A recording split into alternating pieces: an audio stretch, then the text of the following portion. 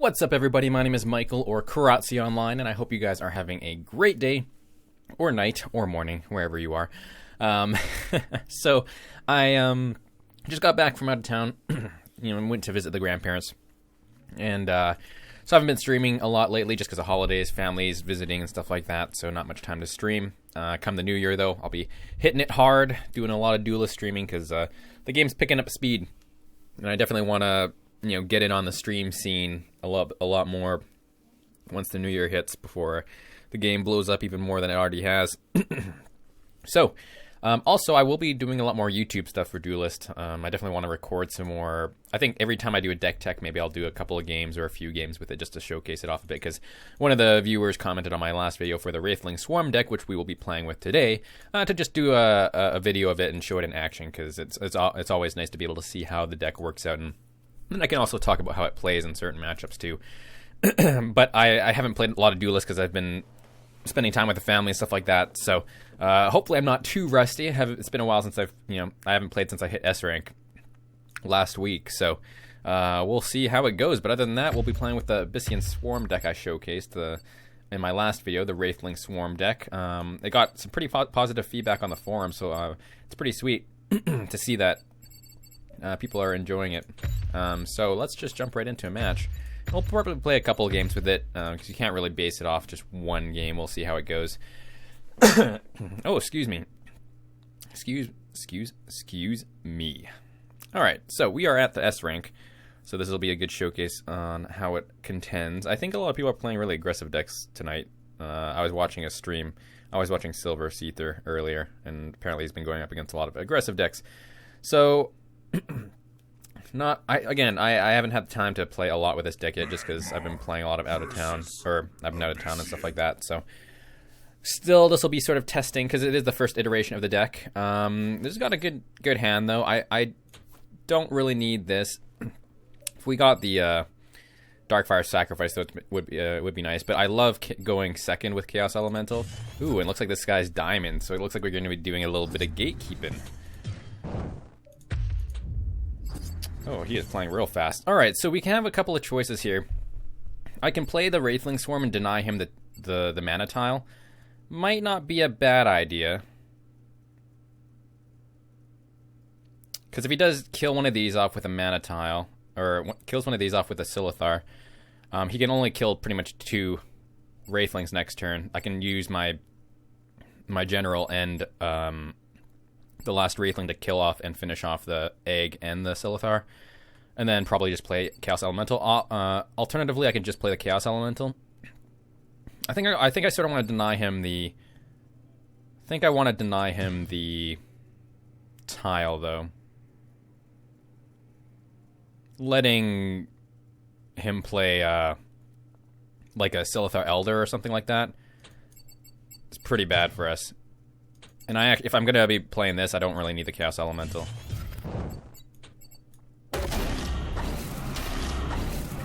This also allows me to play Gloom Chaser. We sort of have the dream start, I guess. I totally forgot about that. Wraithling Swarm into Gloom Chaser is probably like the most powerful tempo play you can have early on. This also denies him of a mana tile, so he can't even Plasma Storm this turn. So it's pretty good. We could actually Deathfire Crescendo here too if we want to make a really, really big guy. But that just makes us really susceptible to whatchamacall. I'm totally blanking. Mana burn. That's what I was gonna be saying. Alright, so I think I want to see where Jaxi appears.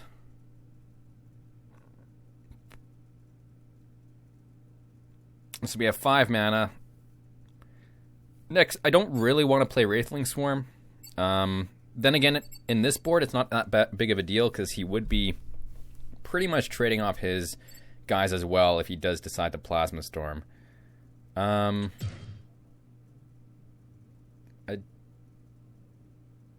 We don't have any way to deal with Jaxi, so I don't want to kill it off right now, because I don't want to give it charge. So I think the plan here is... Well, we could also take the 50-50. Actually, no, it wouldn't be a 50-50. Oh, it would be a 50-50. Well, let's do it. Alright, we got lucky there.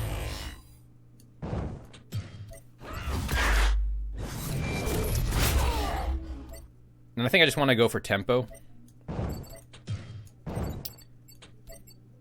So we'll just play our guy there. Now, this is what I'm talking about with the deck as well, when you... positioning is really important.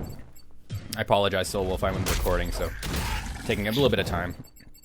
Spreading your guys out makes it really awkward for him. Oh, it's fine with me. If he wants to do that. I wonder what type of deck this guy's playing. Alright, this is pretty good for us. We got a good grasp here, actually. And Horn's good, so we can grasp, and we can play Wraithling Swarm. This does play into Plasma Storm, but it would be probably his whole turn. So I'm perfectly fine with this. So this is a pretty good turn for us, and it doesn't even knock off a charge because it's just an egg. I also want to play sort of around Mecantor. We'll do this. You can only play around it so much. So it sucks we haven't drawn any of our big cards yet. We've mostly been drawing on our mini Wraithlings. So depending on what he has, could be a little bit awkward. It doesn't seem like he has the Mecantor. Even if he does, it's not too bad. Alright. We might even just lure that away. So I don't need Gloom Chaser. Yeesh. We're really going heavy on the swarms here.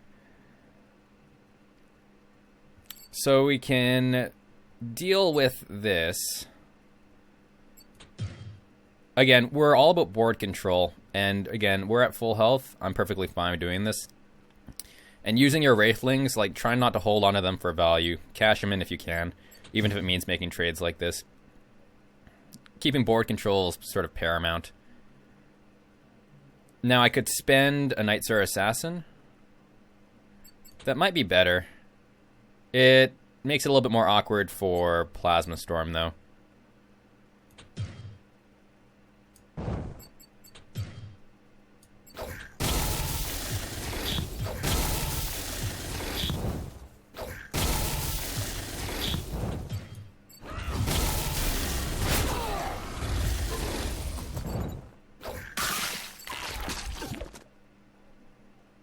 So we want to also, again, play around Mecantor Warbeast if we can. And let's just make it really odd for him. Again, I like sort of placing my Wraithlings sort of everywhere. Man, we're getting really bad draws. We're getting really weak draws. We need some of our bigger creatures, otherwise this is going to get really bad. Like a Spectral Revenant Mulligan next turn will be really, really good. Because you want to spread out your opponent's resources out too. And especially if they can only do like one minion, that doesn't really do anything. Like, this guy's having some pretty weak draws too, so I guess it's alright for us. Crescendo would be nice. I don't think we really need the lure. It does deal with Jaxi though. Alright, well, I guess we're gonna keep playing into guess we're gonna keep playing into Plasma Storm. He hasn't done any Plasma Storm yet. Grasp of Agony would have been good here.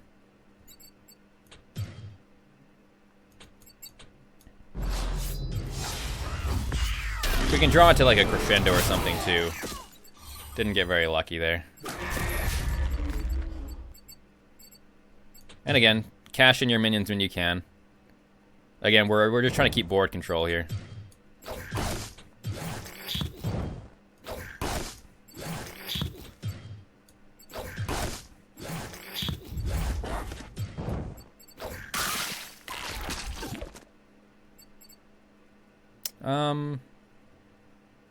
Let's place it here. There we go. Oh, there we go. That's much better. So, we're just keeping board. It's pretty much the name of the game against Magmar. It really sucks we haven't drawn into our Crescendos during all of our Wraithling Swarms, or drawn into any Darkfire Sacrifices with our guys. So he's playing like a... I don't even know what kind of deck he's playing. Seems just like a basic mid-range Magmar deck almost. A Crescendo would be nice here. Alright, I'm perfectly fine with him mana burning that, especially when we have Vorpal Reaver and Spectral Revenant down. So we're just going to go and use Spectral Revenant. It uses up most of our turn. Well, Vorpal Reaver actually would be technically more damage if he doesn't have another mana burn. So I think I like doing that. a little more. And it would set us up for lethal.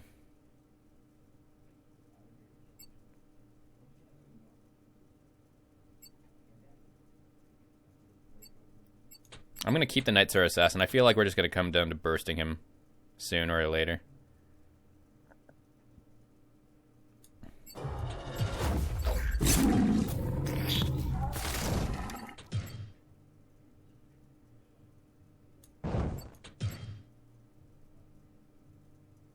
So we'll just do this.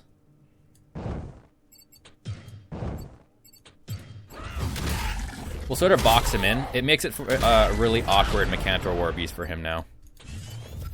So we don't want to kill off our guys. And wow, geez, now we're getting all of our heavy drops. So we have lethal next turn if he has no way to deal with this. Egg Morph.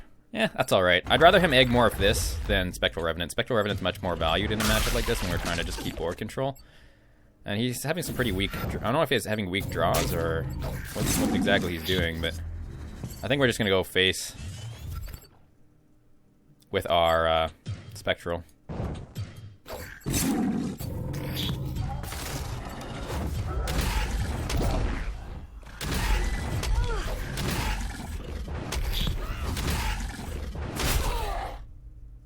And I think I'm actually... Let's see if I... he has 6 cards. I don't know. He could kill me.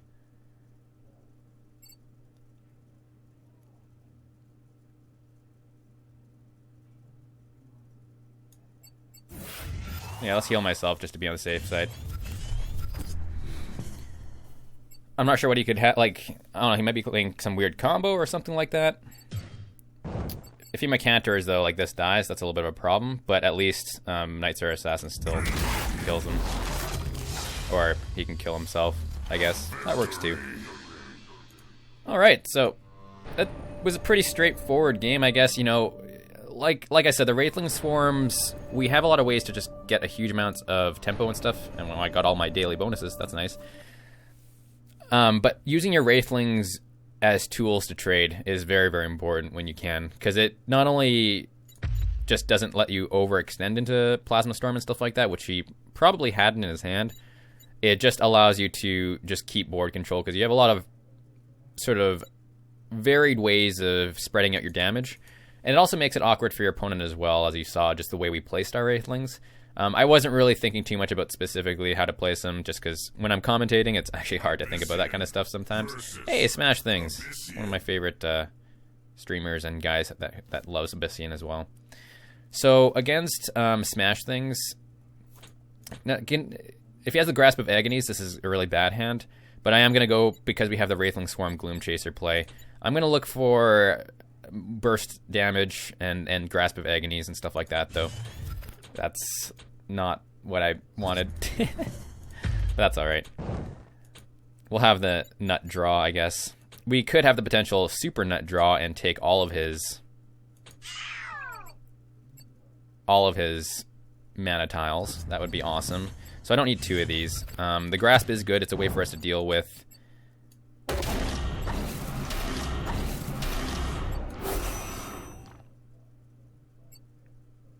And I'm going to actually place it here.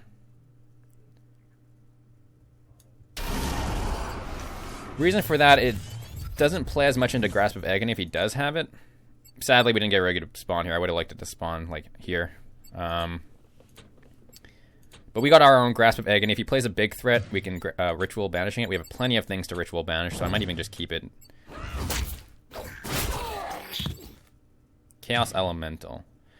So we can make it sort of an even trade, 3 for 3.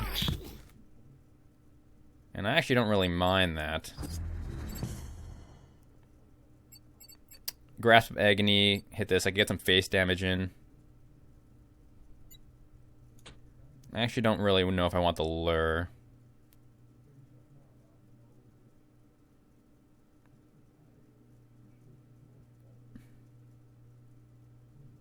I think I'm gonna send this away.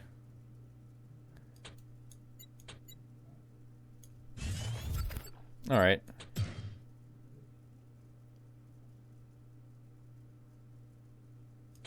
So I think I'm gonna grasp the Jacks. I think we're gonna try and raise them, I guess.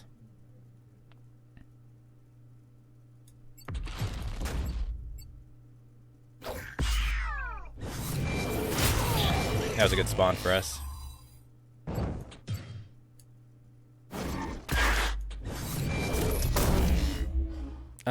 Question is, do I want to ritual banishing this? I think that's fine. We'll just keep board.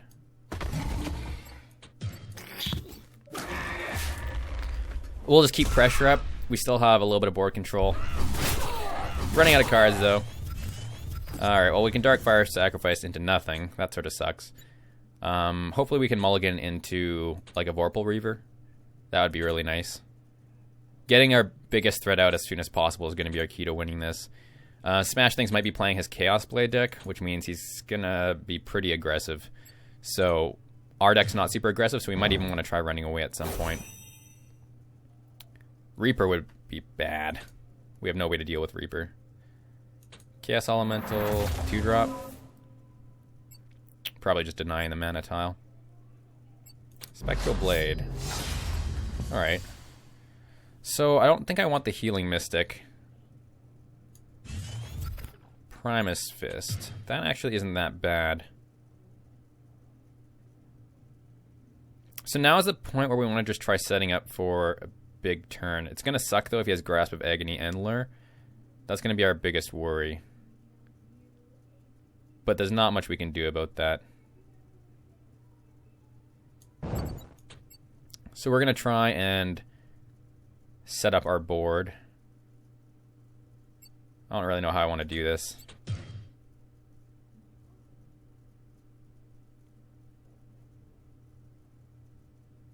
Because I want to make sure things aren't super hit by Grasp of Agony. Let's just place this down here. And let's go like this. Again, we're placing it in a position where it's like going to be really weird for him to deal with. If he has the Grasp and... If he has Grasp and Lure, well then so be it. But otherwise he can't really touch this stuff. And with this deck, you really want to try and set up things. And this sets up us in the best position to sort of trade with his minions if he places them close to us. And he's playing an aggressive deck, so backing away is perfectly fine. And we're going to be having a big turn next turn. Sadly, we can't play both of these. I'll probably mulligan the Chaos Elemental, but we're definitely going to be playing the Vorpal Reaver. I might actually just Vorpal Reaver and save the Darkfire Sacrifice, maybe. I think it might depend. I might mulligan the Chaos Elemental. We'll see what happens. So it looks like he doesn't have it, which is good for us. If we find a 2-drop maybe with Chaos Elemental, it'll be nice, because then we can play Vorpal Reaver and a 2-drop. And that's a huge swing in tempo.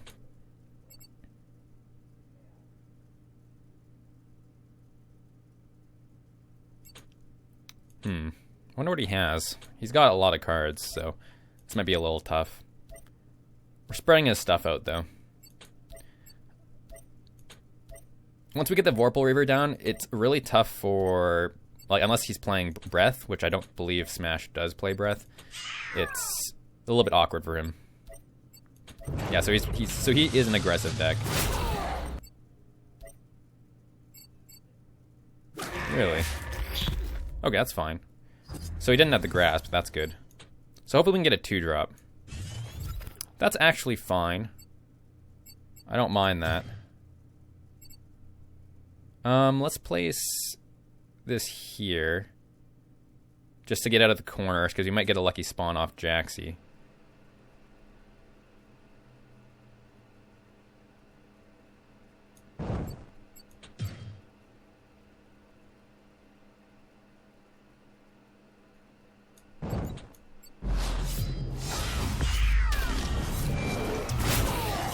Got it.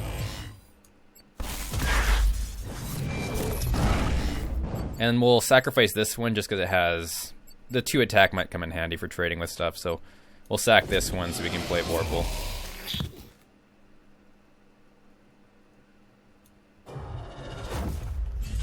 So that he's under a lot of pressure now.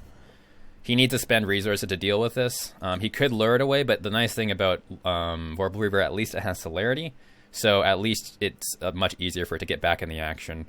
And that's 12 damage it could potentially do to him next turn. 12, 13, 14, 15, 16. We could potentially have lethal depending on his positioning next turn with Knight Sir Assassin. So it'll be really, really nice, actually. Like I said, setting up your Wraithlings so you ensure that you can keep them safe and having a target for Darkfire Sacrifice or Ritual Banishing is really, really important with this deck because your minions are key because we don't have a lot of removal in this deck. So he does have the Lure. That's alright. Again, this thing can catch back up into the battle fairly quickly. And if he's playing an aggressive deck, we want to sort of probably run towards it and run away. We'll probably actually toss it up. Hopefully we can kill this off. Hopefully we can draw a Spectral next turn. Mulligan Chaos Elemental. So he's going to go really aggressive. We do have the potential of dying really, really quickly with a deck like his, and if he stays close by. So we need to make sure to either kill him off super quickly. Ooh, that's a little bit annoying. So he's going full ham. Makes me a little worried, but because we have a lot of Wraithlings, it makes his thing a little bit less effective because we can ping off his artifacts fairly effectively. So he played out his whole hand pretty much. Deathfire Crescendo. I think we have him. Yeah, we definitely have him. The celerity worked out. That celerity, though, with the Deathfire Crescendo. This is what I mean. This is why we have Deathfire Crescendo in here, pretty much.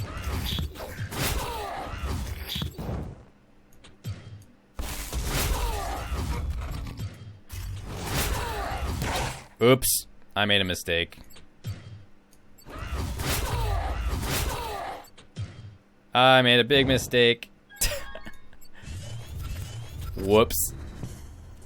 I miscounted. I should have actually brought this down here. I did not bring the right minion down here. I got a little bit excited, that's all. For some reason, I thought you could move and attack twice. I actually didn't really know how this card works, I guess. So that happened. That happened. Well, I scared Smash things. He probably has me now, but that's alright. Again, we're S rank, so I'm not going to lose anything. I don't mind. I got really excited about this, and I just threw things at his face. So there's a lesson in there, kids. Always know your cards and always take your time. Doesn't matter what's on the line or what's not on the line. Just take your time, figure out what's going on, and go from there. Because I actually would have had lethal if I traded the right things in. Oh, actually, no, I don't think it would have mattered because this one still would have been alive regardless, right? Don't BM me, please, Smash things. If you have it, you have it.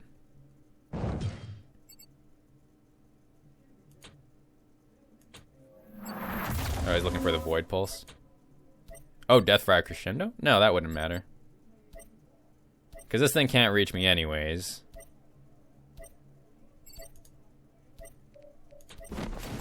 Oh, he was close.